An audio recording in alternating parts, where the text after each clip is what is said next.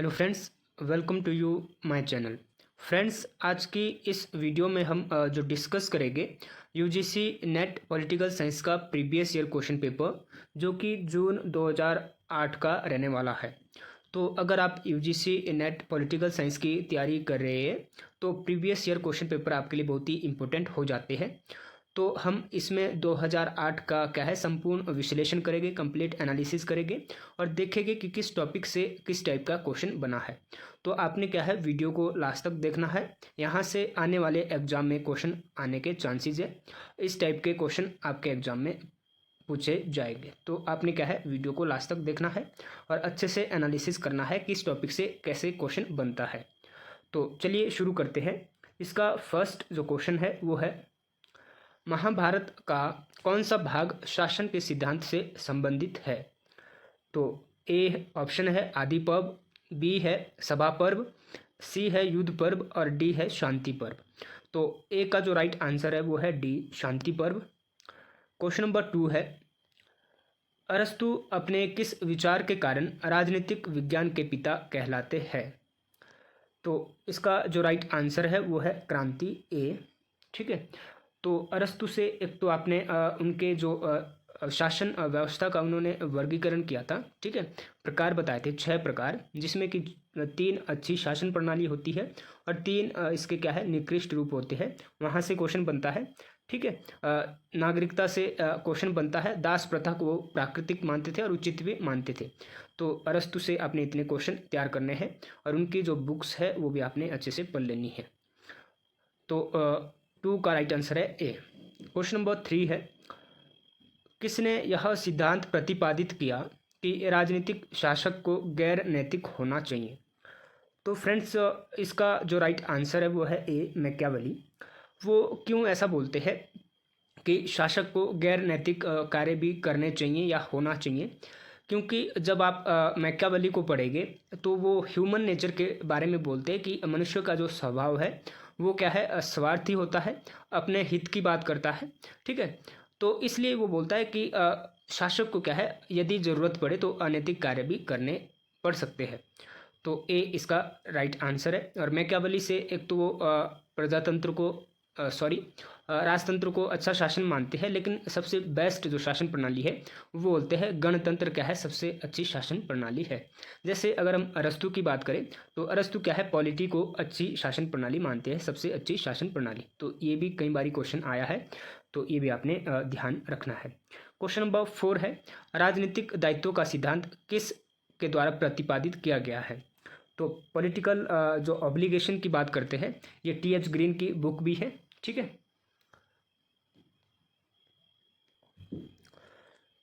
Lecture on the principle of political obligation, जो कि उन्होंने 1980 में लिखी थी। ठीक है, जिसमें वो क्या है राजनीतिक दायित्वों के सिद्धांत की बात करते हैं। तो वहाँ से ये क्वेश्चन आया था टी.एच. ग्रीन से। फ्रेंड्स, 2 कोटेशन हमेशा कहीं ना कहीं किसी ना किसी एग्जाम में पूछ ली जाती है। एक तो उनकी स्वतंत्रता से संबंधित कोटेशन है, तो आपने क्या है नोट डाउन इसे भी कर लेना है, आपके आने वाले एग्जाम में हेल्प करेगी या पूछी जाएगी। वो बोलते हैं स्वतंत्रता के संबंध में कि करने योग्य एवं भोगने योग्य कार्य तथा साझे रूप में किए जा सकने वाले कार्य को करना ही स्वतंत्रता है। एक बारी मैं फिर से रिपीट करता हूँ, आपने क्या है इसे नोट डाउन कर लेनी है। करने योग्य एवं भोगने योग्य कार्य तथा साझे रूप में किए जा सकने वाले कार्य को करना ही स्वतंत्रता है, ये बोलते हैं टी.एच. ग्रीन। दूसरा वो स्टेट के संबंध में बोलते हैं कि राज्य की उत्पत्ति कैसे होती है, उसके संबंध में वो बोलते हैं कि राज्य व्यक्ति के चेतना का बाह्य विस्तार है। ठीक है, राज्य व्यक्ति के चेतना या इच्छा का बाह्य विस्तार है। तो ये आपने टी.एच. ग्रीन से संबंधित क्वेश्चन अपने तैयार कर लेने हैं। तो क्वेश्चन नंबर 5 है, प्रभुत्व हेजेमनी की अवधारणा किससे संबंधित है? तो क्वेश्चन नंबर 5 का जो राइट आंसर है, हेजेमनी का जो कॉन्सेप्ट देते हैं वो देते हैं सी, ग्रामशी। ठीक है, तो लेनिन ने जो 1917 में रूस में क्रांति की थी और वहाँ क्या है समाजवाद या साम्यवाद की स्थापना की थी। तो सबसे पहले तो ग्रामशी क्या है उसकी प्रशंसा करते हैं ठीक है, लेनिन की। लेकिन वो साथ ही साथ क्या है, आपत्ति जताते हैं कि जो क्रांति रूस में हुई थी इसलिए हुई थी क्योंकि वहाँ का जो नागरिक समाज है वो संगठित नहीं था, वहाँ की अर्थव्यवस्था क्या है वो विकसित नहीं थी, इसलिए क्या है जो क्रांति है वो संभव हो पाई। ठीक है, लेकिन वो बोलते हैं यदि हमने जो यूरोपीय देश है या पश्चिमी देश है, अगर हमने वहाँ समाजवाद या साम्यवाद की स्थापना करनी है तो क्रांति द्वारा हम कभी भी वहाँ समाजवाद या साम्यवाद स्थापित नहीं कर सकते। हमें क्या है, हेजेमनी प्रभुत्व के द्वारा क्या है साम्यवाद या साम्यवाद लाना होगा। और प्रभुत्व के द्वारा कैसे लाएंगे, विचार के द्वारा। ठीक है, नेतृत्व के द्वारा। जब हम वहाँ की जो सिविल सोसाइटी में है उनके विचार परिवर्तित करेंगे। ठीक है, और फिर उन परिवर्तित विचार के कारण क्या है, हम क्या है समाजवाद ला सकते हैं पश्चिमी देशों में। तो ये था ग्रामशी का हेजेमनी का कॉन्सेप्ट, प्रभुत्व की अवधारणा। आई थिंक आपको ये समझ आ गई होगी। तो 5 का राइट आंसर है सी।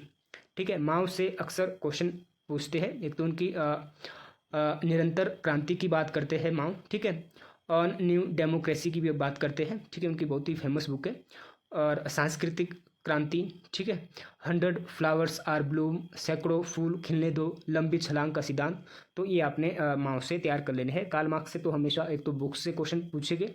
ठीक है, तो ये आपने इस क्वेश्चन के साथ साथ ये अपने सारे क्वेश्चन तैयार कर लेने हैं। तो आपने प्रीवियस ईयर क्वेश्चन पेपर को क्या है इस तरह से पढ़ना है, उनके चारों ऑप्शन को आपने पढ़ लेना है। ठीक है, उनके रिगार्डिंग किस टाइप के क्वेश्चन आगे बन सकते हैं। तो यहीं से क्या है घुमा फिरा के आपके एग्जाम में क्वेश्चन बनेंगे। क्वेश्चन नंबर 6 है, सिद्धांतों का प्रतिपादन करने के लिए सामाजिक संविदा सिद्धांत सोशल कॉन्ट्रैक्ट थ्योरी का इस्तेमाल किसने किया है। तो सोशल कॉन्ट्रैक्ट की थ्योरी कार्ल मार्क्स और लेनिन तो नहीं देते हैं। ठीक है, तो कभी कभार क्वेश्चन को क्या है आपने एलिमिनेट करना है। ठीक है, तो ये 2 ऑप्शन तो पहले ही कट हो गए, अब बचे 2।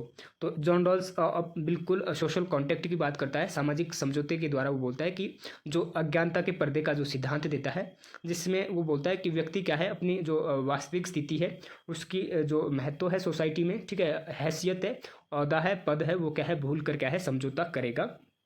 ठीक है, लेकिन अगर आपको नॉजिक को हमें पता भी नहीं है कि अगर नॉजिक ने सामाजिक समझौते की बात की है तो 2 और 4, ठीक है, 2 और 4 सिर्फ बी वाले ऑप्शन में है। सी और डी भी देख लेते हैं। तो सी डी में 2 और 4 नहीं है, तो इसका जो राइट आंसर बनेगा वो बनेगा ऑप्शन नंबर बी। ठीक है, तो 6 का राइट आंसर है बी। क्वेश्चन नंबर 7 है, ये कथन और कारण से है, असर्शन और रीजन से है। इस टाइप के 9 या 8 क्वेश्चन, कभी कभार 10-12 क्वेश्चन भी नेट में पूछ लिए जाते हैं। तो इसको आपने अच्छे से समझ के करना होता है। तो कथन ए है, जन साधारण और राज्य एक ही हैसियत के है। ठीक है, तो बिल्कुल सही है। जन साधारण या नागरिक द्वारा क्या है राज्य का निर्माण किया गया है। ठीक है, तो ये क्या है एक ही है, तो ये बिल्कुल सही बात है। कारण जान लेते हैं, कारण आर है, जन साधारण राज्य का सृजन करते हैं, तो बिल्कुल सही है। ठीक है, जनता द्वारा ही राज्य का सृजन किया जाता है। तो अगर आपने सोशल कॉन्ट्रैक्ट को पढ़ा होगा, हॉब्स, लॉक और रूसो, तो वो बात करते हैं कि समझौते द्वारा क्या है राज्य का निर्माण किया गया है। तो ये बिल्कुल सही है, इसकी व्याख्या भी सही है। तो इसका जो राइट आंसर बनेगा क्वेश्चन नंबर 7 का, ए और आर दोनों सत्य है और आर ए की सही व्याख्या है। ठीक है, क्वेश्चन नंबर 8 है, जिस क्रम में राजनीतिक विचारकों ने अपने सिद्धांतों का प्रतिपादन किया है वो सही क्रम बताइए। तो क्वेश्चन नंबर 8 का जो राइट आंसर बनेगा, तो सबसे पहले मैकियावेली आते हैं। ठीक है, तो मैकियावेली का जो जन्म है वो होता है 1469 से और 1527 में इनकी मृत्यु होती है। उसके बाद हॉब्स आते हैं 1558 से 1679। फिर रूसो आते हैं 1719 से 1778। फिर जे एस मिल 1806 से 1873। तो ए इसका राइट आंसर बनेगा। क्वेश्चन नंबर 9 है, लिस्ट 1 को लिस्ट 2 के साथ मैच करना है। तो उग्र मानवतावाद, न्यू रेडिकल ह्यूमनिज्म की बात करते हैं एम.एन. रॉय। ठीक है, ए का 3। राजनीतिक सिद्धांत की मृत्यु की बात करते हैं लासलेट। और राजनीतिक सिद्धांत का ह्रास डेविड ईस्टन। और अधिकारिता सिद्धांत की बात करते हैं रॉबर्ट नॉजिक। तो ए का 3, 2 का 2 और 3 का 4। तो क्वेश्चन नंबर 9 का जो राइट आंसर है वो है ऑप्शन नंबर डी, ए का 3, 2 का 2, 3 का 1, 3 का 4। ठीक है, 3 का 4 और 4 का 1। तो सॉरी, ऑप्शन नंबर ए इसका राइट आंसर है क्वेश्चन नंबर 9 का।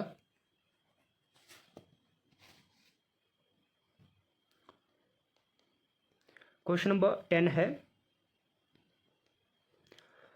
लिस्ट 1 को इसमें भी लिस्ट 2 के साथ मैच करना है। तो जाति उन्मूलन की बात करते हैं BR अम्बेडकर। तो ए का 3, तो ए का 3 यहाँ एक ही ऑप्शन में था। ठीक है, तो इस तरह से भी आप कर सकते हैं। चतुर तर्क की बात करते हैं हेगल। मानवीय चक्र की बात करते हैं अरविंद। और हिंद स्वराज बुक है गांधी जी की, जो कि उन्होंने 1909 में लिखी थी। तो इसका राइट आंसर भी ए बनेगा क्वेश्चन नंबर 10 का। क्वेश्चन नंबर 11 है, डेविड ईस्टन के अनुसार निम्न में से कौन सी राजनीतिक व्यवस्था में नियामक कार्यविधियाँ होती है।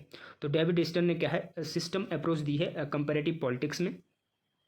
तो उसमें वो नियामक कार्यविधियाँ बोलते हैं, एक तो निस्सारक क्षमताएं और 4 वितरणात्मक क्षमताएं। तो 3 और 4, ऑप्शन नंबर सी इसका राइट आंसर है क्वेश्चन नंबर 11 का। क्वेश्चन नंबर 12 है, निम्नलिखित में से किसने राजनीतिक व्यवस्थाओं को राजनीतिक प्रजातंत्र, परिरक्षक प्रजातंत्र, आधुनिकी अल्पतंत्र, सर्वसत्तात्मक अल्पतंत्र और पारस्परिक अल्पतंत्र में वर्गीकृत किया है। तो ये क्या है, बी लुशियन पाई ने। ठीक है, क्वेश्चन नंबर 13 है, निम्न की संघीय व्यवस्था अवशिष्ट शक्तियाँ राज्यों में निहित है। तो किसकी होती है, तो अमेरिका, भारत, स्विट्जरलैंड, कनाडा। तो इसका जो राइट आंसर है वो है ऑप्शन नंबर ए 1 और 2। तो अवशिष्ट शक्तियाँ राज्य के पास होती है अमेरिका और भारत के संविधान के अनुसार। क्वेश्चन नंबर 14 है, निम्न में से किसका विधि के शासन से घनिष्ठ संबंध है। तो जहाँ विधि का शासन होगा वहाँ क्या है, न्यायिक सर्वोच्चता होगी। लिखित संविधान में क्या है, हो सकता है कि विधि के शासन के अनुसार संविधान ना चलाया जा रहा हो। तो इसका जो राइट आंसर बनेगा बी 14 का। क्वेश्चन नंबर 15 है, निम्नलिखित में से कौन सी राजनीतिक पार्टी विश्व की समाजवादी पार्टियों दलों का अगुवाई बताई गई है। तो जो ब्रिटिश लेबर पार्टी है वो है समाजवादी पार्टियों की अगुवा। ठीक है, तो सी इसका राइट आंसर है 15 का। 16 असर्शन और रीजन से है। असर्शन ए है, अभिजन सिद्धांत इस विचार पर आधारित है कि हर समाज में व्यापक रूप से 2 श्रेणियां होती है, थोड़े से विशिष्ट जन और विशाल जन साधारण। तो एलिट जो थ्योरी है आपने अच्छे से पढ़ लेनी है। ठीक है, यहाँ से अक्सर क्वेश्चन बनता है। तो एलिट थ्योरी क्या होती है कि जिसमें कि विशिष्ट लोगों द्वारा डिसीजन शासन चलाया जाता है और सारे डिसीजन लिए जाते हैं। ठीक है, तो उसे हम कहते हैं अभिजन सिद्धांत। ठीक है, तो उसमें पेरेटो, मॉस्का, ठीक है, मिशेल, रॉबर्ट मिशेल और उनका जो अल्पतंत्र का जो लो नियम है वो भी देते हैं। तो वहाँ से भी क्वेश्चन बनता है। तो वो बोलते हैं कि थोड़े से विशिष्ट जन होते हैं और विशाल जनसाधारण होते हैं। ठीक है, तो ये बात बिल्कुल सही है। कारण है अभिजन सिद्धांत पहली बार प्रजातंत्र और समाजवाद की आलोचना के रूप में प्रारंभ हुआ था। तो ये भी सही है कि जो एलिट थ्योरी है वो किसके विरोध में आई थी, प्रजातंत्र की आलोचना और समाजवाद की आलोचना के विरोध में आई थी। तो ये दोनों कथन सही है, लेकिन यहाँ अभिजन एलिट पीपल की बात कर रहा था। ठीक है, कि 2 श्रेणियाँ होती है। यहाँ दूसरी बात उसकी आलोचना की बात करता है या शुरुआत की बात करता है। तो ये स्टेटमेंट दोनों सही है, लेकिन इसकी व्याख्या सही नहीं है। तो इसका राइट आंसर बनेगा ऑप्शन नंबर बी। ए और आर दोनों सत्य है, परंतु आर ए की सही व्याख्या नहीं है। क्वेश्चन नंबर 17 भी असर्शन और रीजन से है। असर्शन है, यदि राजनीतिक समाजीकरण की प्रक्रिया समजातीय है, ठीक है, तो राजनीतिक व्यवस्था को समाज का निरंतर समर्थन मिलता रहता है। तो ये बात बिल्कुल सही है। तो सबसे पहले तो आपको पॉलिटिकल सोशलाइजेशन क्या होती है ये कॉन्सेप्ट पता होना चाहिए। तो राजनीतिक समाजीकरण होता है जिसमें राजनीतिक मूल्य, संस्कृति का स्थानांतरण एक पीढ़ी से दूसरी पीढ़ी की ओर किया जाता है उसे कहते हैं पॉलिटिकल सोशलाइजेशन, राजनीतिक समाजीकरण। तो यदि राजनीतिक समाजीकरण की प्रक्रिया समझाती है तो राजनीतिक व्यवस्था को समाज का निरंतर समर्थन मिलता रहता है। तो बिल्कुल सही है, अगर सोशलाइजेशन होती रहेगी, पॉलिटिकल सोशलाइजेशन, तो क्या है, समाज से इसका समर्थन मिलता रहेगा। कारण है व्यक्ति एक दूसरे के साथ सहयोग करते हैं और राजनीतिक संस्कृति में विश्वास का वातावरण होता है। तो ये भी सही है, ठीक है। क्या है, व्यक्ति एक दूसरे का सहयोग करते हैं और क्या है, विश्वास का वातावरण बना रहता है इससे। तो ये दोनों स्टेटमेंट बिल्कुल सही है, लेकिन इसकी व्याख्या सही नहीं है। तो इसका भी आंसर होगा बी। ए और आर दोनों सत्य है, परंतु आर ए की सही व्याख्या नहीं है। तो असर्शन और रीजन को आपने अच्छे से अंडरस्टैंड करना है, ठीक है, समझना है, क्योंकि ये बड़े ही कन्फ्यूजन वाले होते हैं, कन्फ्यूजन क्रिएट करते हैं कि इसकी व्याख्या सही है या नहीं है। तो गलत होने के चांस यहाँ बढ़ जाते हैं। क्वेश्चन नंबर 18 है, लिस्ट 1 को 2 के साथ मैच करना है। आमंड, तो आमंड ने क्या है, राजनीतिक व्यवस्था की क्षमताएं बताइए। एक का 2। डेविड स्टन क्या है, समाज के लिए मूल्य का आधिकारिक प्रत्यावर्तन। तो ये कई बार ये कोटेशन पूछी गई है फ्रेंड्स, कई बार नेट सेट या अलग अलग एग्जाम में आई है कि डेविड स्टन बोलते हैं कि जो एक देश के संसाधन है, ठीक है, और सेवाओं का जो अथॉरिटेटिव एलोकेशंस ऑफ वैल्यू, ठीक है, की बात करते हैं डेविड स्टन। लुशियन पाई, तो लुशियन पाई समानता, क्षमता और विशिष्टीकरण, तो ये भी कई बार क्वेश्चन बना है। ECD मॉडल भी इसे कहते हैं। इक्वलिटी, कैपेबिलिटी और डिफरेंशिएशन, ठीक है, विशिष्टीकरण। और हंटिंगटन देते हैं राजनीतिक संस्थाओं का पतन और विघटन तथा विकास, ठीक है। तो इसका राइट आंसर बनेगा क्वेश्चन नंबर 18 का ऑप्शन नंबर ए इसका राइट आंसर है। तो यहाँ से कई बार क्वेश्चन रिपीट हुए हैं। क्वेश्चन नंबर 19 बी, लिस्ट 1 को लिस्ट 2 के साथ मैच करना है। तो फ्रांस क्या है, फ्रांस में 2 प्रकार के न्यायालय है, एक का 3। यूके में क्या है, सर्व सत्ताधारी संसद होती है, ठीक है, सारे डिसीजन क्या है संसद द्वारा लिए जाते हैं। आई थिंक मैं किसी उन थिंकर का नाम भूल रहा हूँ जिसने कहा था कि जो ब्रिटेन की संसद है वो लड़के को लड़की और लड़की को लड़का नहीं बना सकती, बाकी क्या है सब कुछ बना सकती है। स्त्री को पुरुष और पुरुष को स्त्री नहीं बना सकती, इसके अलावा वो कुछ भी कर सकती है।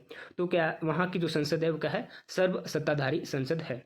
तो यूएसए में क्या है, न्यायिक समीक्षा, और भारत में क्या है, विधि द्वारा स्थापित क्रिया विधि। तो ए का 3 और बी का 4, सी का 1। तो इसका जो राइट आंसर है क्वेश्चन नंबर 19 का वो है ए का 3, बी का 4, सी का 1 और डी का 2। ए इसका राइट आंसर है। क्वेश्चन नंबर 20 है, दिए गए कूट की सहायता से निम्नलिखित संकल्पनाओं का क्रम बताइए कि कार्ल ड्यूश द्वारा प्रयुक्त संकल्पनात्मक ढांचे में उनसे इनका किस प्रकार का प्रयोग किया गया है। तो कार्ल ड्यूश क्या है, कम्युनिकेशन थ्योरी देते हैं। तो इसमें इसका जो सही सीक्वेंस है, सबसे पहले वो बोलते हैं बी, भार, लोड। फिर उसके बाद वो बोलते हैं कि लैग, पीछे रहना, ठीक है। फिर उसके बाद बोलते हैं गेन, और फिर है ए, लीड, उसको लीड करना। तो इसका सही सीक्वेंस है ऑप्शन नंबर ए, ठीक है। लोड, फिर लैग, फिर है गेन और फिर है लीड। क्वेश्चन नंबर 21 है, इग्निटिंग माइंड का लेखक कौन है। तो इग्निटिंग माइंड के जो लेखक है वो है APJ अब्दुल कलाम। डी इसका राइट आंसर है। क्वेश्चन नंबर 22 है, संविधान का 93वां संशोधन निम्न में से संबंधित है। तो ये जो संबंधित है वो है शैक्षणिक संस्थाओं में OBC का आरक्षण से संबंधित। क्वेश्चन नंबर 23 है, भारत का प्रथम दलित राष्ट्रपति कौन था। तो सबसे पहले दलित राष्ट्रपति थे भारत के KR नारायण। तो सी इसका राइट आंसर है। क्वेश्चन नंबर 24 है, निम्न क्षेत्रीय राजनीतिक दलों में से कौन सा यूएनपीए में उसकी स्थापना के समय शामिल नहीं हुआ है? तो 24 का जो राइट आंसर है वो है बी, शिरोमणि अकाली दल।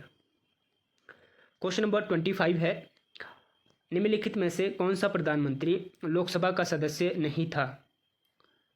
तो 25 का राइट आंसर है सी, पीवी नरसिम्हा राव। तो जब वो देश के प्रधानमंत्री बने तो उस समय क्या है, वो लोकसभा के सदस्य नहीं थे। तो यहाँ से क्वेश्चन बनता है एक तो कि कौन लोकसभा के उस समय सदस्य नहीं थे, ठीक है। और जैसे इंदिरा गांधी क्या है, जब पहली बारी 1966 में प्रधानमंत्री बनी तो वो क्या है, राज्यसभा की सदस्य थी। तो इस टाइप के क्वेश्चन बनते हैं, तो ये आपने अच्छे से तैयार कर लेने हैं। क्वेश्चन नंबर 26 फिर से असर्शन और रीजन से है। तो असर्शन है, जनहित याचिका कानूनी सहायता आंदोलन का रणनीतिक हथियार है। तो ये गलत है, ये आंदोलन का हथियार नहीं है बल्कि जनहित याचिका PIL ये क्या है, न्याय दिलाने के लिए है, ठीक है। लोगों अगर उनके अधिकारों का हनन होता है तो उसके लिए क्या है, ये हथियार के रूप में यूज होता है, ना कि आंदोलन के रूप में। तो ये तो गलत हो जाएगा। कारण है जनहित याचिका कमजोर के दरवाजे तक न्याय लाने के लिए है। तो ये बात तो बिल्कुल सही है, ठीक है। तो इसका जो राइट आंसर बनेगा डी, ए असत्य है परंतु आर सत्य है। तो 26 का राइट आंसर है डी। 27 है,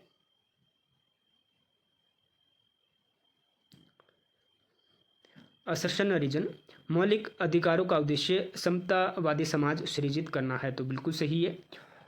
कारण है व्यक्तियों में दूसरों पर आधिपत्य रखने की अंतर्जात प्रवृत्ति होती है। तो ये भी सही है, ठीक है। इसलिए क्या है, मौलिक अधिकार दिए जाते हैं और उसकी रक्षा करता है एक स्टेट, राज्य या सरकार। तो ये दोनों स्टेटमेंट सही है लेकिन इसकी व्याख्या सही नहीं है। तो इसका राइट आंसर बनेगा बी, ए और आर दोनों सत्य है परंतु आर ए की सही व्याख्या नहीं है। क्वेश्चन नंबर 28 है, निम्नलिखित का सही कालक्रम बताइए, दिए गए कूट से सही उत्तर का चयन कीजिए। तो सुभाष भारतीय राष्ट्रीय कांग्रेस के अध्यक्ष के रूप में, बी है कांग्रेस समाजवादी पार्टी का गठन, 3 है गांधी जी द्वारा सत्याग्रह सभा का गठन, सांप्रदायिक पंचायत या अवार्ड हुआ था 1932 में। तो इसका जो राइट सीक्वेंस है वो है option number B, 3 Gandhi ji द्वारा सत्याग्रह सभा का गठन, फिर 4 सांप्रदायिक पंचायत या अवार्ड, फिर 2 कांग्रेस समाजवादी पार्टी का गठन, फिर सुभाष भारतीय राष्ट्रीय कांग्रेस के अध्यक्ष के रूप में। तो बी इसका राइट आंसर है 28 का। क्वेश्चन नंबर 29 है, नीचे दिए गए कूट का प्रयोग करते हुए निम्नलिखित का सही क्रम बताइए। तो 29 का जो राइट आंसर बनेगा बी, 3 राज्य पुनर्गठन आयोग 1956 में बना था, फिर 2 सरकारिया आयोग बना था 1978, ठीक है। फिर 4 राष्ट्रीय ज्ञान आयोग 2005 में, संविधान के संशोधन के लिए राष्ट्रीय आयोग। तो इसे मेरे को याद नहीं है। तो इसका राइट सीक्वेंस बनेगा बी, 3 2 4 1। क्वेश्चन नंबर 30 है, लिस्ट 1 को 2 के साथ मैच करना है। तो अनुच्छेद 148 है, भारत का नियंत्रक एवं महालेखा परीक्षक कैग की व्यवस्था की गई है। अनुच्छेद 280 में क्या है, वित्त आयोग है की व्यवस्था है। और अनुच्छेद 315 में संघ लोक सेवा आयोग की व्यवस्था है। और अनुच्छेद 324 में भारत के निर्वाचन आयोग की व्यवस्था है। तो इसका जो राइट आंसर है वो है ऑप्शन नंबर ए, 30 का। 31 है, निम्नलिखित में से कौन सा राष्ट्रीय शक्ति का तत्व नहीं समझा जाता है। तो राष्ट्रीय जो शक्ति का जो तत्व है वो है नेतृत्व होता है, बिल्कुल सही है। राष्ट्रीय चरित्र भी राष्ट्रीय शक्ति का तत्व है, प्रतीक है। राष्ट्रीय जो संसाधन होते हैं एक देश के वो भी क्या है, राष्ट्रीय शक्ति का तत्व है। लेकिन दल प्रणाली क्या है, ये तत्व नहीं होता है, एलिमेंट नहीं है नेशनल पावर का। तो डी इसका राइट आंसर बनेगा। 32 है, निम्नलिखित में से कौन सा देश हाल ही में सार्क का सदस्य बनाया गया है।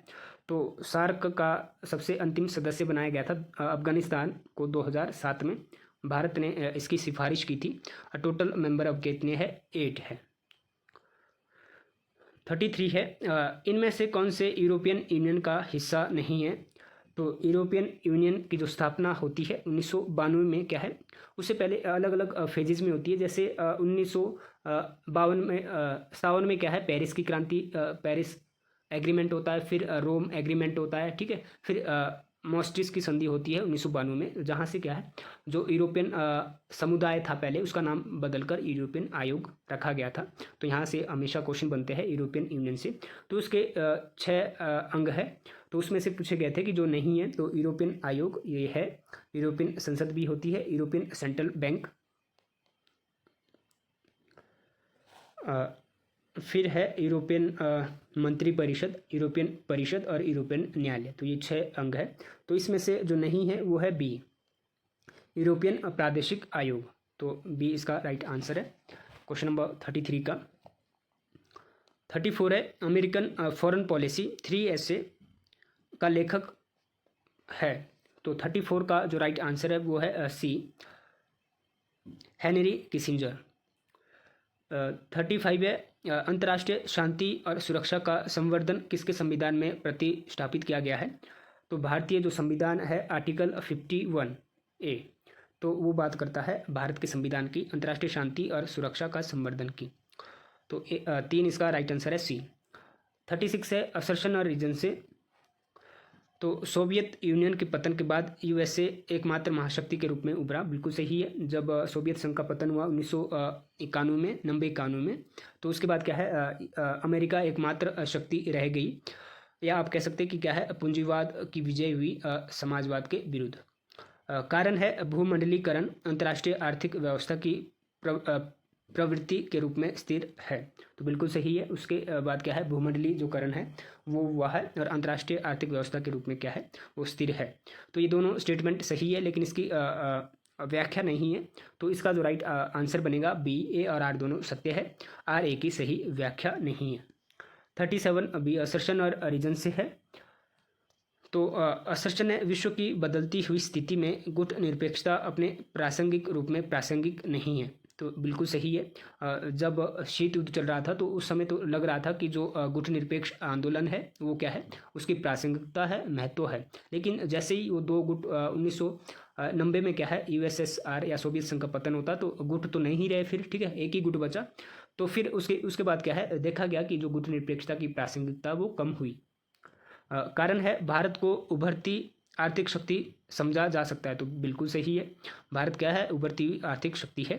तो ये दोनों स्टेटमेंट भी सही है, लेकिन इसकी व्याख्या नहीं सही नहीं है। यहाँ ऊपर गुट निरपेक्षता की बात की गई है, और दूसरे स्टेटमेंट में क्या है, भारत की आर्थिक शक्ति के रूप में उभार की। तो इसका भी राइट आंसर बी है, ए और आर दोनों सत्य है, और आर ए की सही व्याख्या है। क्वेश्चन नंबर 38 है,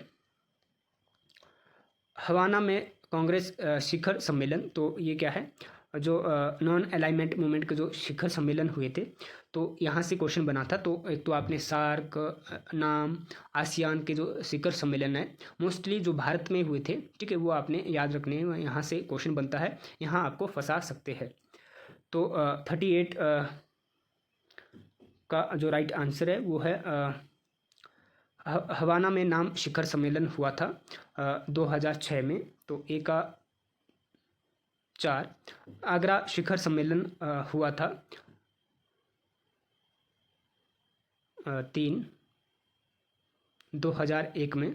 कारगिल संघर्ष हुआ था 1999 में, और परमाणु परीक्षण भारत ने किया था 1998 में। तो इसका जो राइट आंसर है ऑप्शन नंबर सी, ठीक है।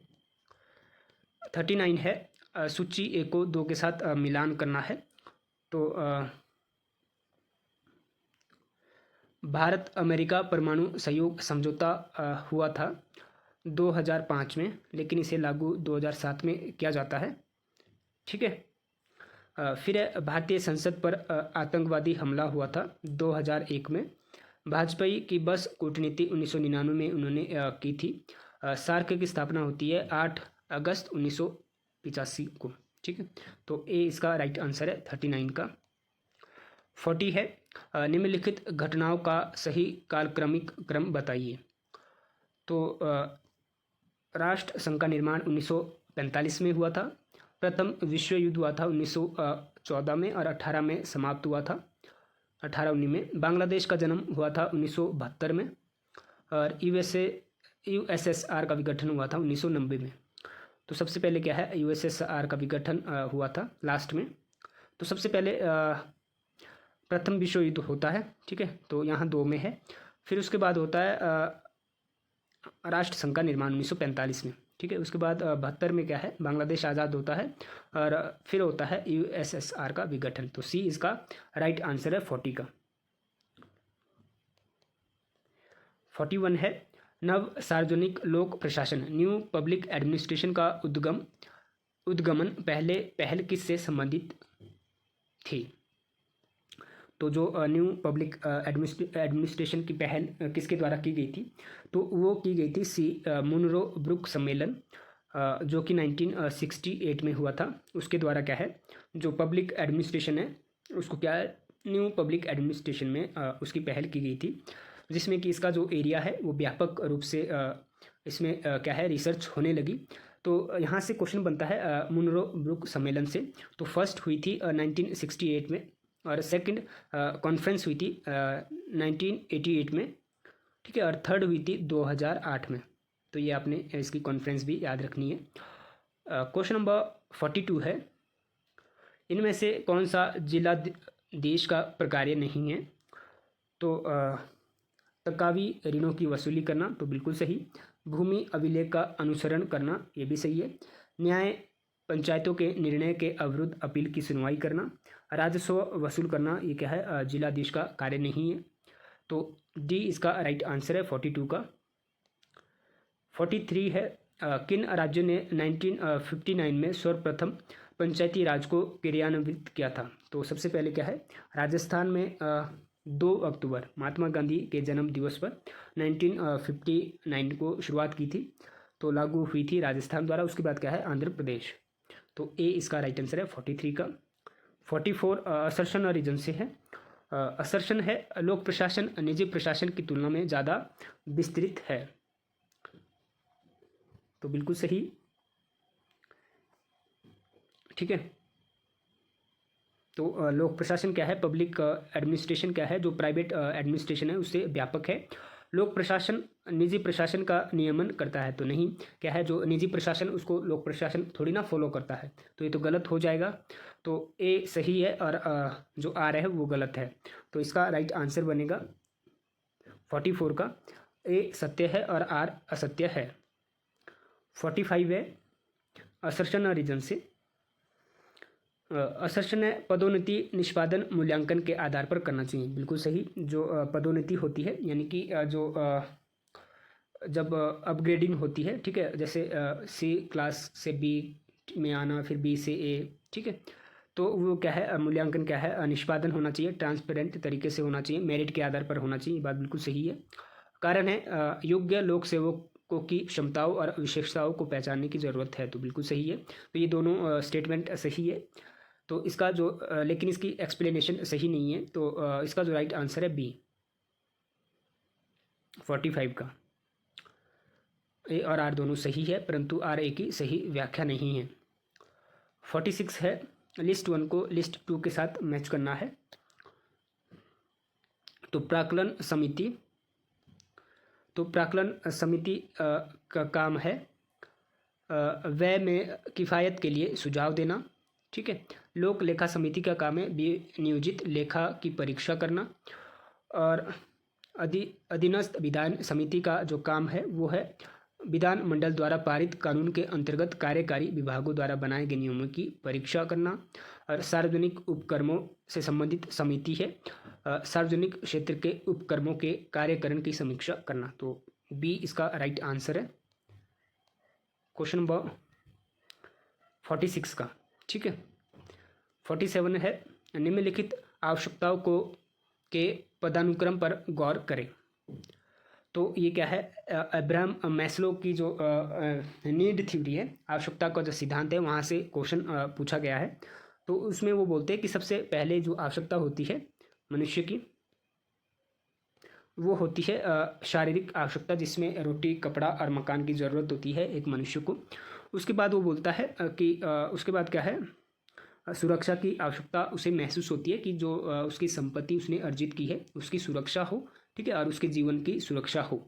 उसके बाद क्या है, वो सामाजिक आवश्यकता महसूस करता है कि एक समाज भी हो जहाँ वो क्या है, एक्सेप्टेबल हो उसकी जो प्रेजेंस है, ठीक है। उसके बाद क्या है, वो आदर की आवश्यकता या सम्मान की इच्छा चाहता है एक मनुष्य।